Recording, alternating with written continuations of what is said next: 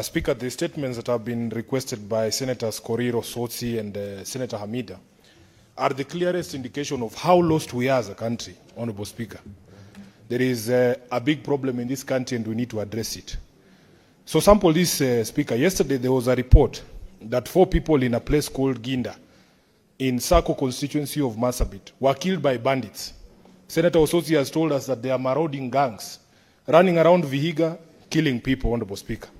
We have had incidents, Honorable Speaker, of bodies being dumped in a mass grave in Kericho, and nobody can tell us what is going on in that particular instance. At the very same time, the minister responsible for Interior is telling us that he knows where every one of us sleeps and who we sleep with, that he has focused his surveillance on us in the political class, Honorable Speaker, that he can tell where Sifuna has slept and who we have slept with. But he cannot tell you, Honorable Speaker, he cannot tell you as a Minister for Interior how somebody can be able to sneak into a ward at KNH and stab a patient and murder a patient in the bed.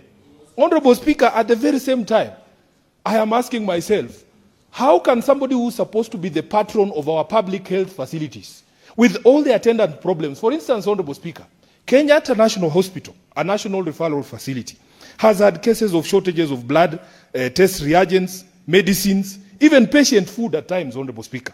Recurrent problems about failures of critical equipment, including CT scans, dialysis machines. As we speak, the radiotherapy machine has been out of service for 3 months. Speaker, the person who's supposed to be the patron of Kenyatta has run away from Kenyatta and is now using police to take over Nairobi Hospital. He's telling us he's a patron of a private hospital. I am asking myself very many questions, Honorable Speaker.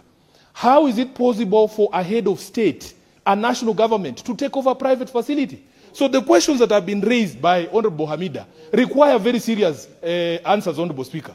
If you are telling us that you are the patron of all these important private businesses, I remember there were businesses like Nakumat here. They collapsed, Honorable Speaker. And we never saw police being sent into, Nakumat to be able to take over the affairs of Nakumat. In fact, even at Kenyatta itself, with all these problems that we've listed, Honorable Speaker, when was the last time you had the board of Kenyatta being arrested and taken to court? And the most annoying thing, Honorable Speaker, is that if you look at the membership of that board, these are old men, people with proper professional records, senior doctors in this country. They are arrested over the weekend, Honorable Speaker. And the president himself confirms that he's the one who sent the police.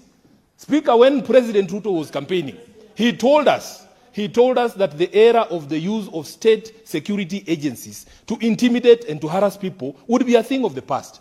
When he stands up and confirms his mambo ni matatu philosophy in handling of private disputes, we have a reason to worry. Which is why we continue to urge that, Honorable Speaker, this country can never be about shiny things. You are building as a railway. It is ours anyway. It is our money. But you are arresting 80-year-old doctors to take over a private facility. Na yako imekushinda. The national referral hospitals, such as Kenyatta and Moi in Eldoret, Honorable Speaker, are in dire conditions. When will the board of Kenyatta ever be arrested, Honorable Speaker, for these critical failures? We have queues at Kenyatta. People are sleeping on the floors. There are no wards.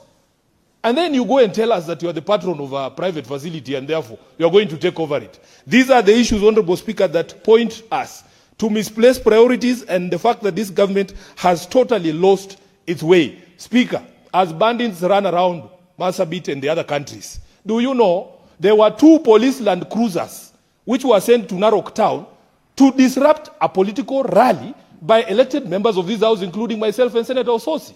As the bandits run around there, in those areas I've mentioned, Honorable Speaker, would you believe it that if you pass outside Dairy Restaurant, Tuju's restaurant on Ngong Road, there are 4 police land cruisers permanently stationed there for the past 1 week. Murkomen, surely, as a former member of this house, we expect, especially from the younger leadership, that we will be able to demonstrate that we can run a country. Speaker, what is happening in this country is unacceptable. And we want all Kenyans to know that don't be deceived by those shiny things like railways and stadiums. We need to put in place a government that will put the safety and well-being of all individual Kenyans ahead of everything else. I thank you, Honorable Speaker.